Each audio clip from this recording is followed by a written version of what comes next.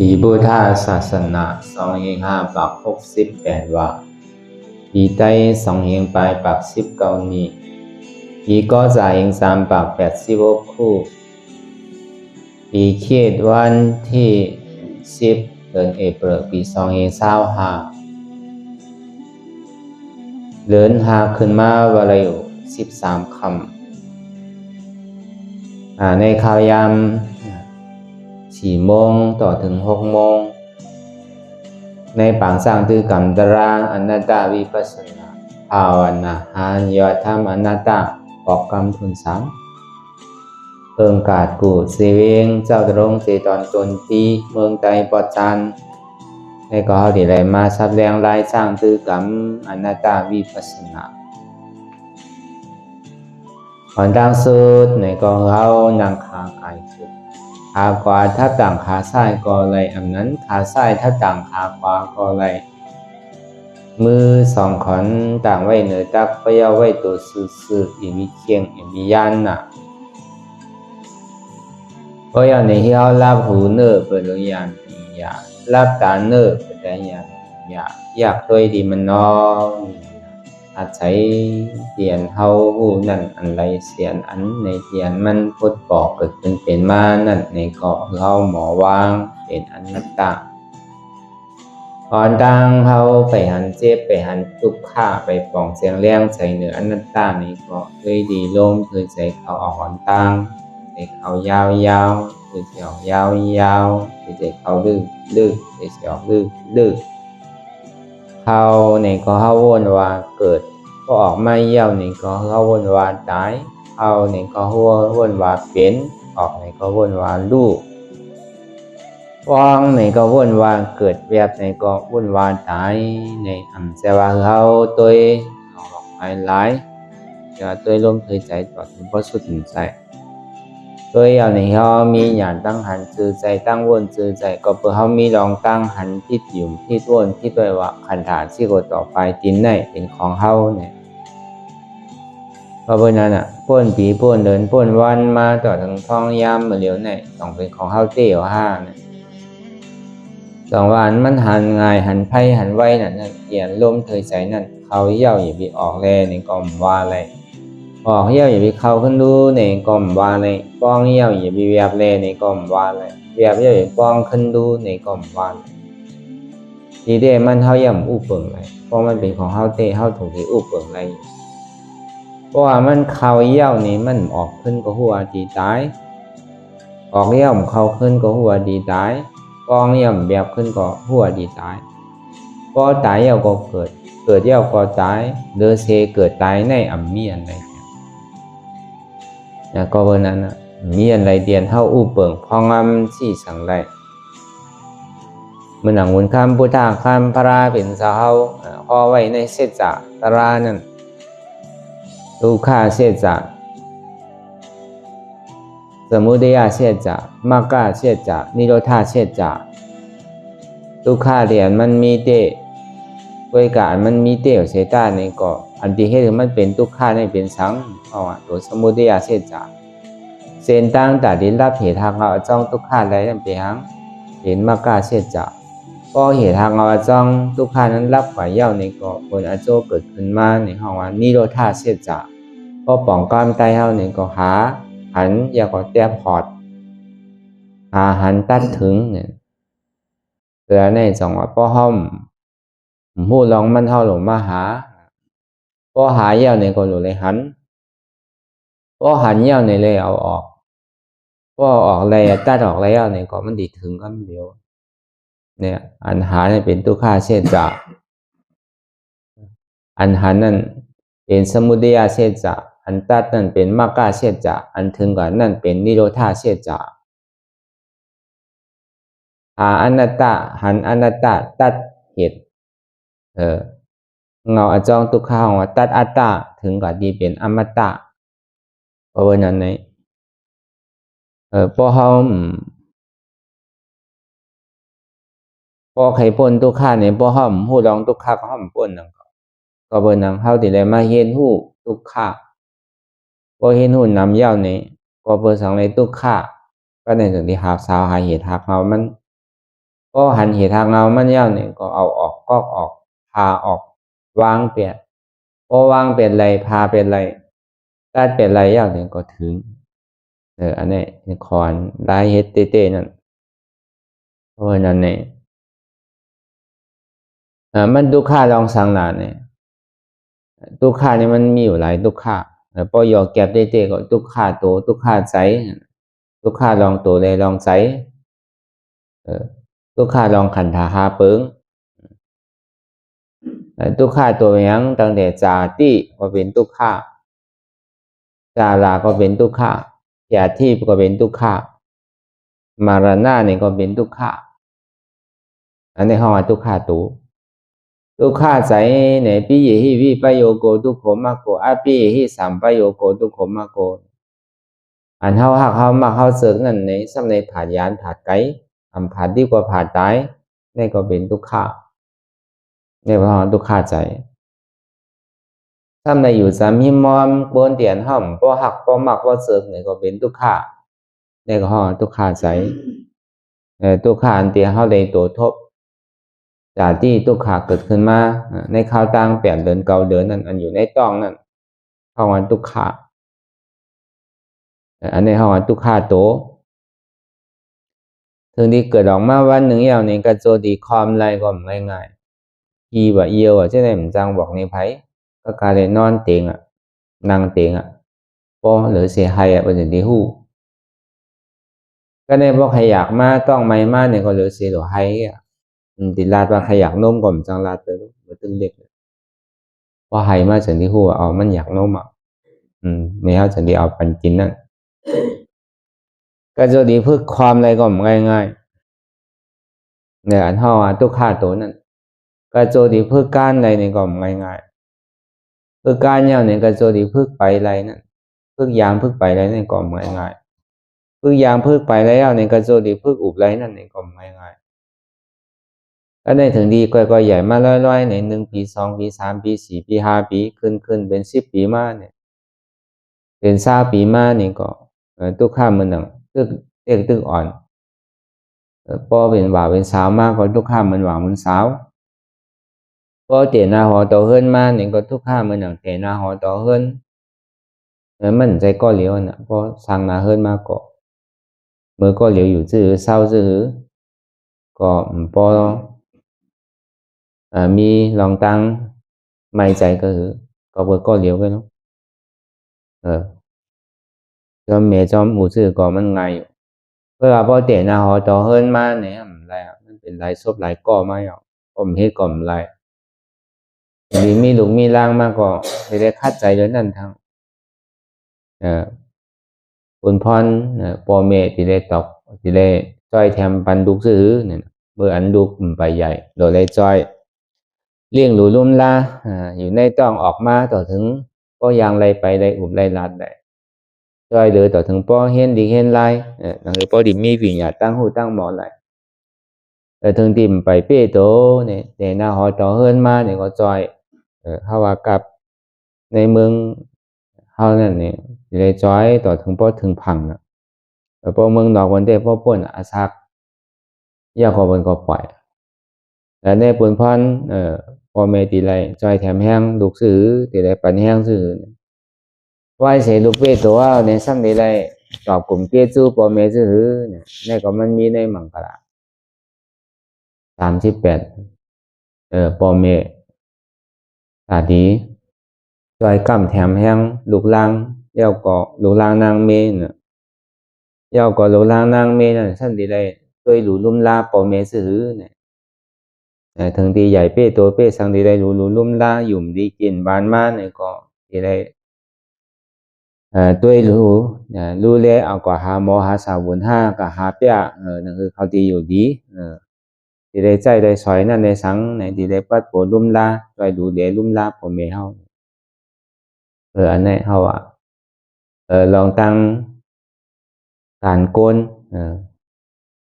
ก็ได้ถึงดีเท่าที่แก่มาเนี่ยก็มีหูกอหนกมีตากอโมมีเขียวกอวางมีเนื้อมีหนังกอเหี่ยวลูกหยาบนางหยาบไปหยาบลูกกอข้างนางกอข้างมาต่อถึงเป็นย่อกาตั้งเจ็บตั้งไม่ตั้งใครตั้งหนาวอยู่ดีกินบานมาใช่ไหมก็เป็นทุกข์ข้า ดีซ้ำดีตายมากขี้ป้อหลันเยียวป้อหลันน้ำหูน้ำตาป้อไหลป้อย่อยหูเก่าหูเนี่ยป้อออกเสียงแน่เป็นตัวทุกข้าห้องว่าตัวทุกข้าตัวเนี่ยทุกข้าใจนั่นเนี่ยก็อันเฮาหักเฮามักเฮาเสือกเป็นลูกเป็นร่างห้าอันเฮาใครทบใครหาหน้าเนี่ยซ้ำในผ่านยานกันบางปอก็ผ่านลิบบางปอก็ผ่านตายนี่ก็เรียกว่าเป็นทุกข้าตั้งใจซ้ำในอยู่จะมีมอมก้นตีว่าหยาบเลือกำตอนหยาบว่าหยาบนี่ก็เป็นทุกข้านี่ก็ทุกข้าใจนั่นก็ทุกข้าตัวเลยทุกข้าใจว่าเพื่อการทุกข้าพอหูจู่มดเสียงนะอันทุกข้าเลยขันธาหาเปิงเนี่ยมีติดแตกเอาว่าทุกข้าขันธาหาเปิงทุกข้าเลยวันที่สุดว่าเดี๋ยวมันรวมจู่ปาทั้งอัตตานอกเลยอัตตาในนั่นยุควิญญาณเวทนาสัญญาสังขาราเนี่ยขันธาหาเปิงนั่นเป็นสังยุคมันเป็นเหือละตั้งแต่ที่โกต่อไปจีนเนี่ยเป็นห้องเป็นยุคเป็นโตอันเท่าอยู่อย่างมักมันว่าเป็นโตเท่านั้นใจนั่นนู้วิญญาณน่ะขันธาใจอันหูเจ็บหูเสียหูไม่หูแก้นหูดีหูเจ้าฉะนั้นนี่ก็เป็นวิญญาณน่ะขันธาใจหูนั่นใจห้าเปล่านั่นห้าเอาเจ็บห้าเอาเสียห้าเอาแก้นห้าดีห้าเจ้าฉะนั้นนี่ห้าเป็นใจเวทนาน่ะขันธานี่ก็ว่าแต่อันนี้มันต้องลองดีลองจ้าลองอันนี้มันหมอพาหมอลืมบนคุกใจไรเมื่อไรก็คานใจเมื่อนั้นเลยสังจะเนี่ยนี่เป็นสัญญา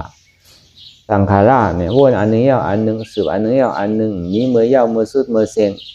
เอาว่าสังขาราเนี่ยมันยาวหนาเป็นเรียกว่าสังขาราเนี่ยมันอันนึงยาวอันนึงมีเมื่อยาวเมื่อเติงหิปอก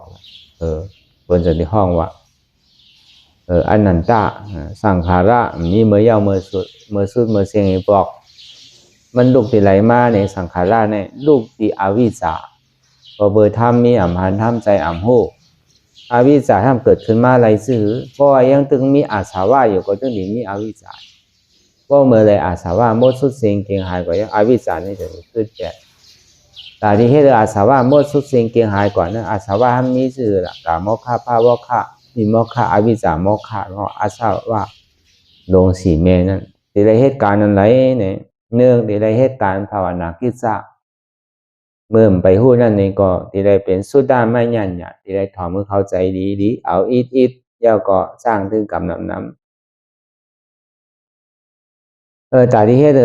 ตุกข้าสุดเสียงเกียงหายก่อนนั่นที่ได้เฮ็ดซื่อเนี่ยที่ได้ยังซ้อมภาวนากิจจะเหมือนฮาวามาเหมือนเจ้า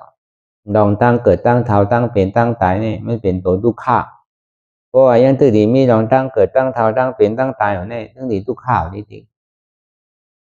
ก็ใครป้นลองตั้งทุกข้าอะไรนั่นในซ้ำดีเลยเถอะโลหะที่อันมันเกิดเท่าเป็นตายมีอยู่5ตารานำเกิดเท่าเป็นตายนั่นมีด้วยการตาที่หูลองตาลาเตียนเกิดเท่าเป็นตายนั่นก็เปิดสังสมเหตุคือเกิดเท่าเป็นตายโดยในหูเหตุอันนั้นก่อนอันเกิดเท่าเป็นตายนั่นมันเป็นอโจผลมันจะเป็นเหตุหักเอาจ้องมันถ้าดีกับเฮฮัตตับอย่าไปเท่ามาอะไรอย่าไปเกิดมาอะไรอย่าไปเป็นมาอะไรอย่าไปตายมาอะไรเหมือนเขาเกิดมานั่นน่ะอยู่ในต้องเขาตั้งเกาเหลินอย่าไปออกมาลูกก่อนว่าเนี่ยเพราะมันเตรียมมันก็กระไรออกมาเหมือนตึกเรียกกว่านั้นอย่าไปเท่าเฮิงเรียกเหมือนเช่นไหนมันดีป้ออะไรสอนหยาบใครมันเหมือนเรียกอ่อนๆในแง่ว่าอะไรค่อยๆใหญ่มาลอยๆน่ะ1 เดือน1 ปี10 ปี20 ปี30ขึ้นมาดิ้งๆน่ะในก็ว่าอะไรทีนี้เป็นย่อกาตั้งเจ็บตั้งไม่มานี่พี่เป็นโอตั้งย่อกาตั้งเป็นนั่นก็ว่าอะไรเพราะ3 ดีตายมานี่พี่ตายตรงไหนก็ว่าอะไรก็เบื่อมันเป็นผลอาโจกันเหตุทางเอาอาจ้องเนี่ยเป็นทางรองหนึ่งอันนี้ไม่เป็นผลอาโจทุกข้าเป็นหอดตัวทุกข้าเสียจ่าทุกข้าที่อันมันมีเจก็เบื่อสังเนี่ยมันเป็นในก็เบื่อมันมีกิเลสามันมีตัวสมุทัยเสียจ่ากิเลสสีเปิงเนี่ยก็กวางมีอยู่เฮงหาปากก็ยอแก็บมีอยู่10 เปิงก็เอาเฮ็ดอันแลนั่นเปิงไรเปิงนั่นเมน้ำไรเมน้ำนั่นน่ะมีกรรมมันมีสื่อเนี่ยมันมีอัตตาที่วิจิกิจฉาเป็นกรรมมอค่าตัวไหนในมอค่าลงทุนหนึ่งเนี่ยเดี๋ยวดีเลยคำป้นอันไหนก่อนพวกคือคุบสู้โมเสียงเนี่ยมันเป็นตัณหา vô dò kẹp tăng xiềng này tăng mô tăng xiềng này sẽ trở lại tăng mô tăng xiềng này cả mô khá bởi hông cả ma tần là lù ba tần là á lù ba tần làในตนะสามตัวเนี่ยก็คือมันเก็บได้เตะก็เบอร์ความอยากใครเป็นอัตตาล้อผ้ามาหน้าอัตตาว่าเป็นเก่าเป็นมาหน้าว่ามีเก่ามีล้อผ้าซ้ำคะแนนเป็นเก่าเป็นคะแนนมีเก่ามีอันนี้เขาเหตุการณ์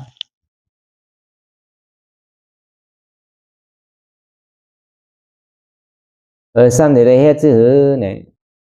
อันนั้นมันว่าลองตั้งเหตุหากเอาจ้องเนี่ยโจผู้เยาเหตุมันเป็นสังตัณหาอันว่านั้นเพราะเป็นนั้นในเตียนเกิดเท่าเป็นตายในสองมันมีอยู่ห้าเนี่ยมีเป็นสังละเป็นนิโรธาเสจานิโรธาเสจานี่เป็นผลอโจสุขะห้องว่าเกิดเท่าเป็นตายเป็นนิจาสันติสุขะอมตะธาตุภาวันนิพพานมีอยู่ห้าเนี่ยมีเนี่ยที่ได้เหตุชื่อละที่ได้ยังซ้อมเส้นตั้งอริยมรรคแบบเปิงสมาธิที่สมาสังกัปปะสมาวาจาสมากัมมันตะสมาอาชีวะสมาวายามะสมาสติสมาสมาธิในอริยมรรคแปดเปิงในเส้นตั้งมัชฌิมาปฏิปทาเส้นตั้งสายกลางก็ยอแก็บมีอยู่3ปัญญาศีลสมาธิที่ได้เฮ็ดอันนี้ที่ได้เอาสมาธิที่สมาสังกัปปะอ่อนโหก็เพื่อเฮาถึงมีลองตั้งหยุ่มพิษหยุ่มเปิงไว้ว่ามิจฉาทิฏฐิมิจฉาสังกัปปะเนี่ยมันถึงกึกจอมเฮามาเฉยๆตั้งหันพิษได้วนพิษนั่นมันมาจอมเฮากูกินกูข้าวยำนังแลติ่มหันพิษวนพิษนั่นดีได้เอาหันหมันแม่นวนหมันแม่นเนี่ยกึกจอมในจะนิเป้มันได้ก็หันมาดีๆเอาหันเหตุทางเอาจ้องทุกข้าดีๆเอาก็ออกตัดออกวางออกเผาอัตตาที่นั่นลองตั้งหยุ่มพิษหยุ่มเปิงอยู่บ้ามีเก่าเป็นเก่านั่น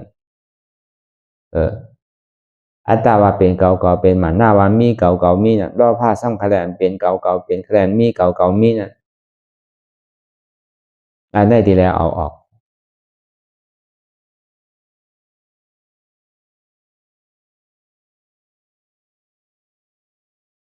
อันนี้เขาว่าเปิกมันเงี้ยนั่นเก่าพอไล่เฮ็ดไล่จ้างไล่ตื้อไล่กรรมมันวานั่นก็เป็นปรมาเต้นี่ทุกข้าเสียจานั่นซ้ำเป็นสังอันเฮานั่งรับตาหาอยู่พ้องยามมื้อเหลียวเนี่ยนั่งรับตาภาวนาเนี่ยบ่เนาะภาวนาคือซะพอหนังยาวพอมันเจ็บมันโกนมันขึ้นมันเมื่อยมันแกนมันแสบมันไหมมันร้อนมันกัดมันแข็งเฮาเจ็บแกนต้องตอดเนสานสั่นไหวโคมไตไม้กระดอนแข็งสู้ตุ่มจับใหญ่จิ้มอย่าเป็นลูกอันเจ็บแกนต้องตอดมีอยู่พ้องยามมื้อเหลียวเนี่ยมันขันใจนะเดือใจนะอันเดือใจนะเนี่ยเป็นทุกขาเป็นสุขาเป็นทุกขาในหอทุกขาเสียจ่าหันเจ็บนั่นหู้เจ็บนั่นจะได้หับเอาเจ็บเนี่ยหันอยู่หู้อยู่ย่อมหับนั่นหันเจ็บหู้เจ็บหับเจ็บก็เพื่อหังก็เพื่อเขามาหาเสียจ่าป้อมหันเจ็บก่อนไปหันเกาตึกหันเปิลอยู่จริงๆน่ะแต่เขาเนี่ยมันบดกับกาวากาเป็นเนาะวนลองเปิลลองเขาวนลองเฮาลองเกาน่ะ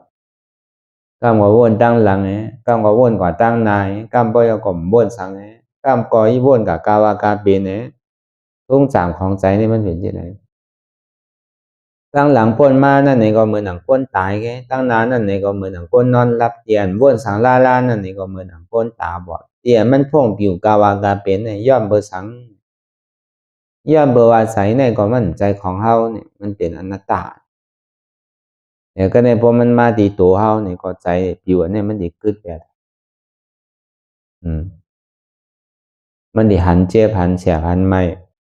เจ็บแกนต้องต่อเนชาที่มันพูดบอกก็คือเป็นอยู่เมื่อเร็วเนี่ยอันมันเจ็บมันแฉบมันไม่นั่นมันเป็นทุกข์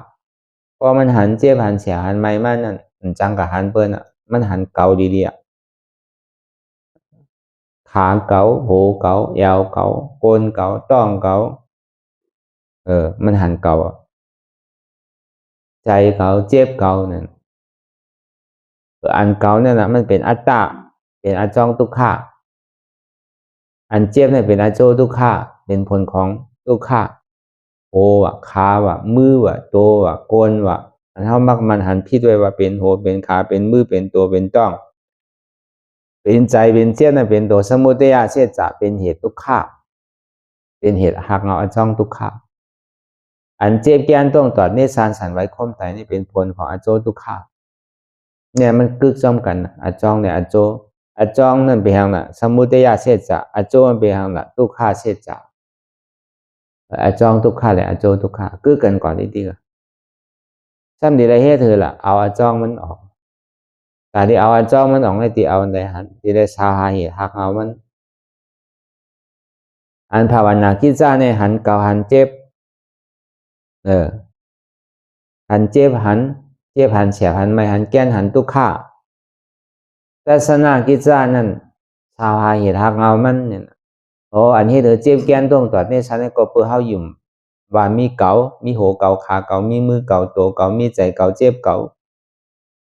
เพราะว่ามันมีหัวเก่าขาเก่ามือเก่าตัวเก่าใจเก่าเจ็บเก่ามีต้องเก่าในให้ยังซ้ำสั่งไรอย่าเพิ่งมันเจ็บอย่าเพิ่งก้นอย่าเพิ่งคืน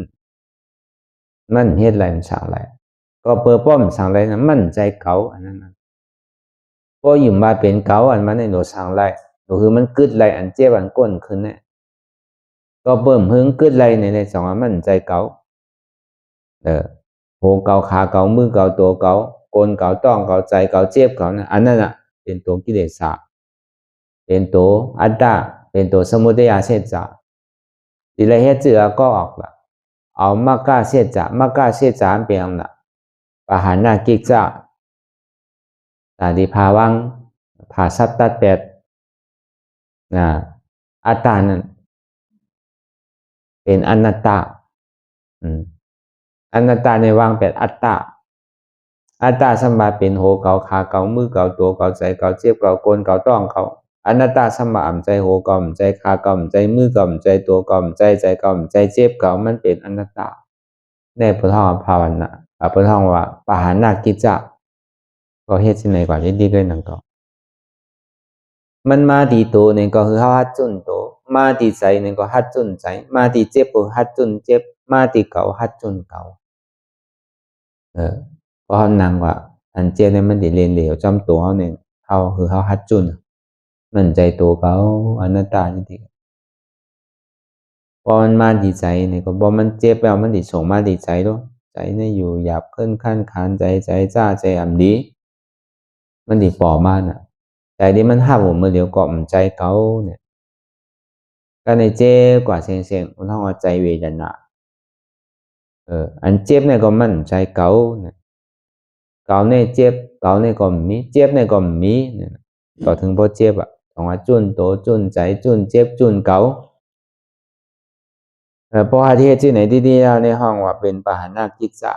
เป็นมากเป็นเส้นตั้งมากว่าเป็นมากกาเสจะเป็นเหตุหักเอาอจ้องสุขะตาดีไรผลอโจสุขะเพราะว่าตาดีที่วิจิกิจสาตกเซงกว่าย่านี้ถึงตกหมดกว่าย่านี้ก็เข้ากับที่เป็นสาสีกรณากิจจะสาสีกรณากิจจะนี่เป็นผลอโจสุขะห้องว่านิพพานเป็นนิโรธาเสจะอ๋อนิจะสันติสุขะอมตะธาตุอันนี้กับการเลยลองเสจะราศีเปิงอันเท่าว่าถูกดีคู่ถูกดีปองเจียงเลี้ยงใสเพราะเขาปองเจียงเลี้ยงใสก็เขาก็เต็มไรอันเสจะเพราะเขาโกมันก็เขาก็มโทษมันอีกปอกเพราะใครปนทุกข้าเนี่ยเขาอย่าไปโกทุกข้าเขาใครปนเจ็บเนี่ยอย่าไปโกเจ็บเพราะใครปนทุกข้าปนเจ็บเนี่ยก็เขาโดดเห็นหู้อยู่จอมมันหันเจ็บหันทุกข้าหู้เจ็บหู้ทุกข้าหาบเจ็บหาบทุกข้าอันอยู่หู้อยู่ย่อมหับอันเจ็บหู้เจ็บหับเจ็บอันทุกข้าหู้ทุกข้าหับทุกข้าก็ไหลหันทุกข้าก็นั่นหันตราก็ไหลหับทุกข้าก็นั่นหับอัตราก็ไหลหันเจ็บเนี่ยก็นั่นหันตราก็ไหลหู้เจ็บก็นั่นหู้ตราก็ไหลหับเจ็บก็นั่นหับอัตรานั่นแต่ว่าพอหันทุกข้าก็หันตรานั่นเป็นวาวก็หันตราก็บอกว่าหันพลาบ่บอกว่าพอหันเจ็บก็หันพลานั่นน่ะพอหู้เจ็บก็หู้พลานั่นน่ะพอหับเอาเจ็บก็หับเอาพลานั่นน่ะพอเจ็บมันสุดกว่าย่านนึงก่อนทีนี้ทบยาพลาตราสังขาร Từ đi dùng dám nơi giờ tình là kéo mẹ sám bừng hơn cơn quả tăng lấy. Đến tả na vi su thi xỉ la vi su thi bè đau. Nè bỏ âm hơn cơn quả tăng lấy. Có thìได้ผ่านอันเจ็บอันโกรธอันเขินที่ได้ผ่านทุกข์ที่มันพูดบอกเกิดขึ้นเป็นอยู่ต้องมาอยู่กับทุกข์อย่าไปโกรธทุกข์อยู่กับสุขอย่าไปติดมันพอเวอทุกข์นี่เฮาใครไปก่อนตั้งไหลก่อนป้นเหมือนเงาเรียนซ้อมโกนเฮาว่าเป็นนั้นในที่ได้เฮ็ดถือในที่ได้เห็นผู้ใดอยู่ซ้อมพอใครบ่นมันก็ที่ได้หันที่ได้ฮู้ที่ได้ยอมรับที่ได้ฮู้จักเหตุแล้วก็วางเหตุมันนั่นแหละว่าเป็นนั้นเฮาได้ป่นมันเจ็บว่าเป็นนั้นเฮาได้ป่นมันทุกข์เพราะเฮาใครโทษใครหันใครย่ามันนี่ก็เฮาถึงสิได้โทษมันได้ดิเปิดมาเพราะอาจารย์ปานใดก็ป่นและอันเจ็บอันทุกข์นี่สิได้โทษย่าทางหลาย3แสนเปิงที่ไผหลวงอันดิไปทาตั้งนานนี่ตึกมีตั้งนำแต่เฮาสิได้โทษได้ย่าเพราะเฮาผ่านตลาไหลผ่านทุกข์ไหลเยื่นหยาบไหลนี่ก็ตั้งนานได้เฮาสิโทษไผทั้งนำจังอันนับคำมันได้ที่ได้ตายเกิดยังตั้งนำกองลูกอันเฮาที่ได้ตายเกิดนั่นสูงเรือเสดินเสาเมืองรอยเสาเมืองอันเฮาที่ได้ตายทางตั้งนั่นก็แผ่นดินเมืองใหญ่แต่ได้ก็ย่ำได้ว่าใหญ่เอาเข็มแต้งก่อนตั้งใดก็อันว่าเป็นป่าเหี่ยวสร้างแข้งเฮาในดินมีบ่น้ำหมูน้ำตาลเฮาไหลห้องไหลให้เดือดเฮาที่บนในเถอข้อนั้นนำเลยเสียนำบางหลายอันเฮาที่ได้ตายตั้งนานนั้นที่ได้ขามเวดนะขามเบิ้นคาเบิ้นแหนขามเบิ้นป้อเบิ้นทูบ